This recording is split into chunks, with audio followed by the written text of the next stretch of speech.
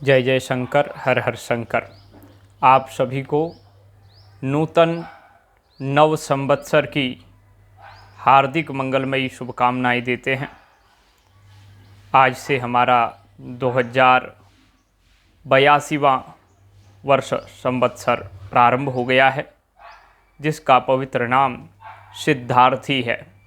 सिद्धार्थी नाम का यह नूतन संवत्सर आप और हम सबके जीवन में मंगलता को प्रदान करे। हम सब लोग और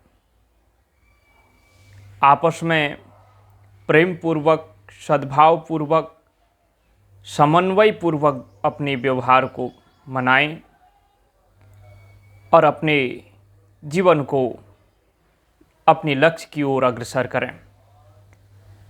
निश्चित रूप से हिंदू संस्कृति संसार की सबसे बड़ी संस्कृति है, सबसे श्रेष्ठ संस्कृति है। वास्तव में इस संस्कृति शब्द ही भारतीय सनातन हिंदू वैदिक संस्कृति के लिए बना हुआ है। और आज यह पवित्र दिवस भगवती के अर्चन, पूजन, वंदन, ध्यान आदि के माध्यम से हम प्रारंभ कर रहे हैं। हमारे यहाँ ग्रंथकारों ने मंगलाचरण करने की बात कही है। ग्रंथादो ग्रंथ मध्य ग्रंथांते मंगलम आचरेत। ग्रंथ के आदि, मध्य, अंत में तो मंगलाचरण करना ही चाहिए। जीवन के हर पहलू को प्रारंभ करते वक्त भगवान का स्मरण करना चाहिए। जैसे सवेरे सो के उठते हैं, भगवान का स्मरण करना चाहिए। दोपहर में भगवान का स्मरण करना चाहिए। सोते वक्त भगवान का स्मरण करना चाहिए। तो उसी प्रकार वर्ष के प्रारंभ में भी भगवान का स्मरण करना चाहिए। और भगवान के स्मरण के लिए 9 दिन हमें प्रदान किए। इनको नवरात्र कहते हैं। वासंत नवरात्र। वासंत नवरात्र का यह पवित्र जो वातावरण है वो अपने आप में अद्भुत है।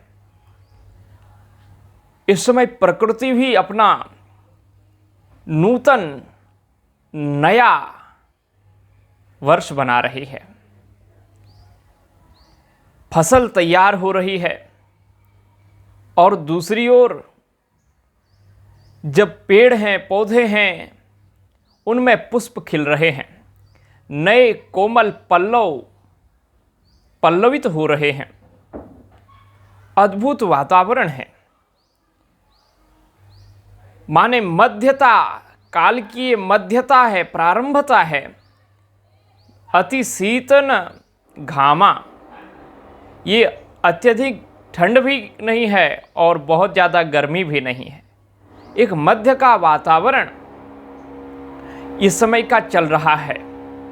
और इसी नवरात्रि के पवित्र तम वेला में भगवती की आराधना के साथ में ही हम परम पुरुष भगवान श्री राम की भी आराधना करते हैं।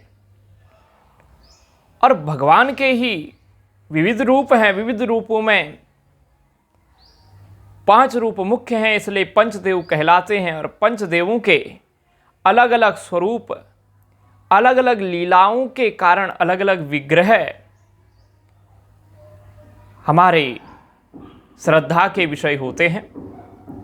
तो निश्चित रूप से इस आराधना का परिणाम हमें राम प्राप्त होते हैं।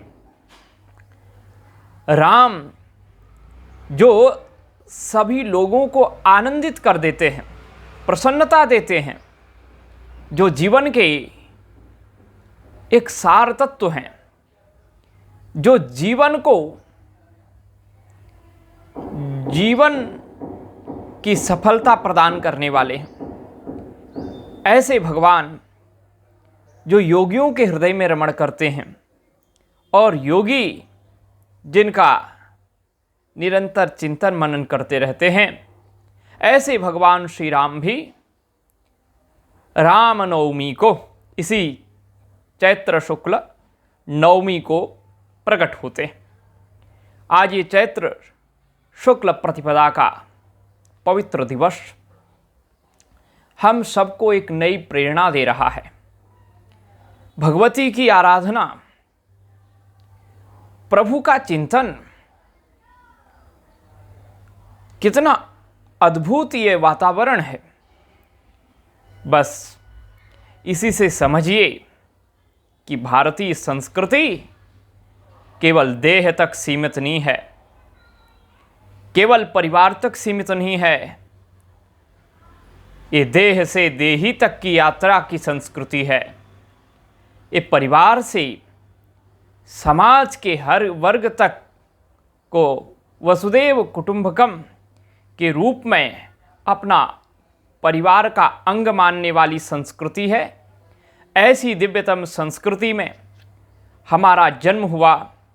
ऐसी इस दिव्यतम संस्कृति के साथ में हमें जीने का, हमें बड़े होने का और अपने जीवन को सफल मनाने का सुअवसर प्राप्त हुआ। ये भगवान की महज़ी करुणा कृपा से ही सुलभ हुआ। मैं आप सब लोगों को कुछ नूतन बातों से अवगत कराने के ही निमित्त से और आपको मंगलमयी शुभकामनाएं प्रेषित करते हुए कि हमारा यह नूतन संवत्सर कितना अद्भुत है और इसके प्रति हमें समर्पित होना चाहिए। हमारा समर्पण अपनी संस्कृति के लिए, अपने धर्म के लिए, क्योंकि धर्मो रक्षति रक्षितः, रक्षितः धर्मो रक्षति। जिस धर्म का रक्षण किया जाता है वही धर्म उस धर्मी का, उस धर्म के पालन करने वाले व्यक्ति का रक्षण करता है। और हम अपनी संस्कृति का सम्मान करेंगे तो हमारा सम्मान संस्कृति के द्वारा स्वतः हो जाएगा। तो इन दिव्य भावों के साथ में अभी हम अपनी वाणी को भगवती के श्री चरणारविंदों में समर्पित करते हैं। जयंती मंगला काली भद्रकाली कपालिनी दुर्गा क्षमा शिवा धात्री स्वाहा स्वधा नमोस्तुते। या देवी सर्वभूतेषु मातृरूपेण संस्थिता नमस्तस्यै नमस्तस्यै नमस्तस्यै नमो नमः।